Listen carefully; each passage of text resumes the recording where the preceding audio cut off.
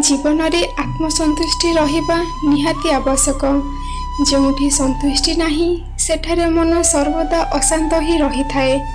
थरे एक काऊ निजर रंग को नहीं मन दुख करुथाए। मने मने भावुथाए मु जदि हंस भली होई थांती तेबे मु बहुत खुशी रे थांती। दिने सेही काऊटी हंस को जाई कुहे कौन तुमे तुम रंग को नहीं खुशी रे अछ। हंसटी मना करी दिए आउ कुहे ये भी को रंग रे जाए।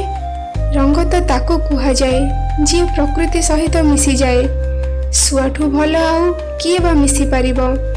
हंस कुहे मु जदि सुआ भली होई थांती तेबे मु बहुत खुशी रे थांती। काऊ और हंस मिसी सुआ पाखक जाती आउ सुआ को पचारती कौन तुमे तुम रंग को नहीं खुशी रे अछ।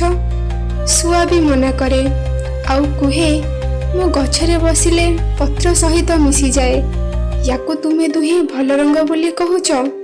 मोठू भल तो मयूर इंद्रधनु भली सबु रंगरे परिपूर्ण। मु जदि मयूर भली होई थांती तेबे मु बहुत खुशी रे थांती।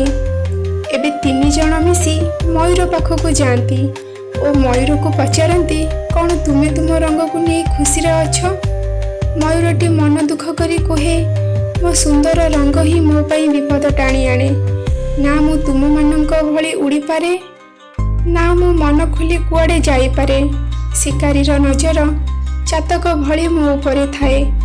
मोठू भल तो काऊ रंग कला बोली काहारी नजर ता उपरे न थाए। निर्भयर सहित से बाहर को जाई पारे। मयूर पाखरु एसबु कथा सुनी काऊटी निजर महत्व बुझी पारे।